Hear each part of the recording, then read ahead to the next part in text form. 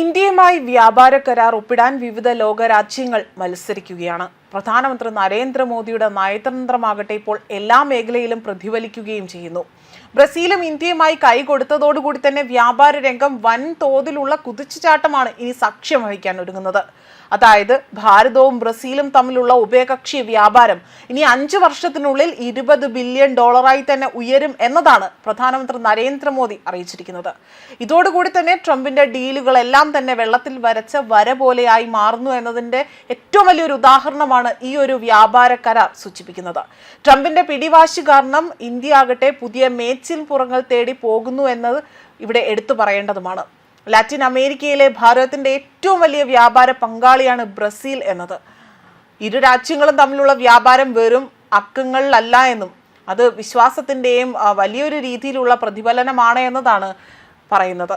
നിർണായക ധാതുക്കളും അതുപോലെ തന്നെ ഉരുക്കുമായി തന്നെ ബന്ധപ്പെട്ട ഒപ്പുവെച്ച കരാർ ശക്തമായ ഒരു വിതരണ ശൃംഖല അവിടെ പടുത്തുയർത്താൻ തന്നെ സാധിക്കും എന്ന ഒരു പ്രധാന ചുവടുവെപ്പിന്റെ സൂചനയാണ് പ്രധാനമന്ത്രി നരേന്ദ്രമോദി നൽകിയിരിക്കുന്നത്.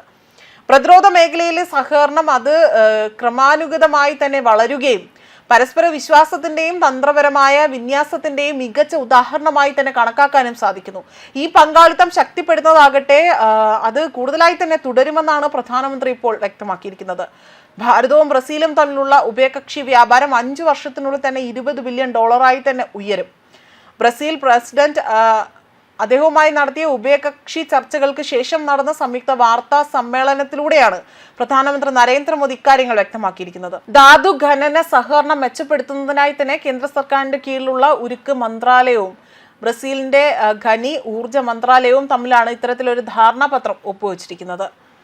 അതേസമയം ഉരുക്ക് നിർമ്മാണ അസംസ്കൃത വസ്തുക്കൾ സുഗമമായി ലഭിക്കുന്നതിനും ഉരുക്ക് മൂല്യ ശൃംഖലയിൽ ഉടനീളം സാങ്കേതിക വിദ്യ അധിഷ്ഠിത സംവിധാനങ്ങൾ സജ്ജമാക്കുന്നതിലും ഈ പങ്കാളിത്തം കൂടുതലായി തന്നെ ഉപകാരപ്പെടും. ലോകത്തിലെ മുൻനിര ഇരുമ്പ് ഉൽപാദക രാജ്യങ്ങളിൽ ഒന്നാണ് ബ്രസീൽ. ഉരുക്ക് നിർമ്മാണത്തിന് അനിവാര്യമായ ധാതുക്കളുടെ ഗണ്യമായ ശേഖരം ബ്രസീലിൽ അവിടെ ഉണ്ടാവുകയും നിലവിൽ ഭാരതത്തിനാകട്ടെ 218 ദശലക്ഷം ടൺ ഉരുക്ക് നിർമ്മാണ ശേഷി മാത്രമാണുള്ളത്. അടിസ്ഥാന സൗകര്യ വികസനത്തിന്റെയും അതുപോലെ തന്നെ വ്യാവസായവൽക്കരണത്തിന് അതിന്റെയും ഫലമായി തന്നെ വർദ്ധിച്ചു വരുന്ന ആഭ്യന്തര ആവശ്യകത അത് നിറവേറ്റാൻ ഭാരതത്തിലെ ഇത്തരം കമ്പനികൾക്ക് അത് ഗണ്യമായ ഒരു വിപുലീകരണ ശേഷി നൽകുമെന്ന് തന്നെ ഇവിടെ കണക്കാക്കപ്പെടുകയാണ്.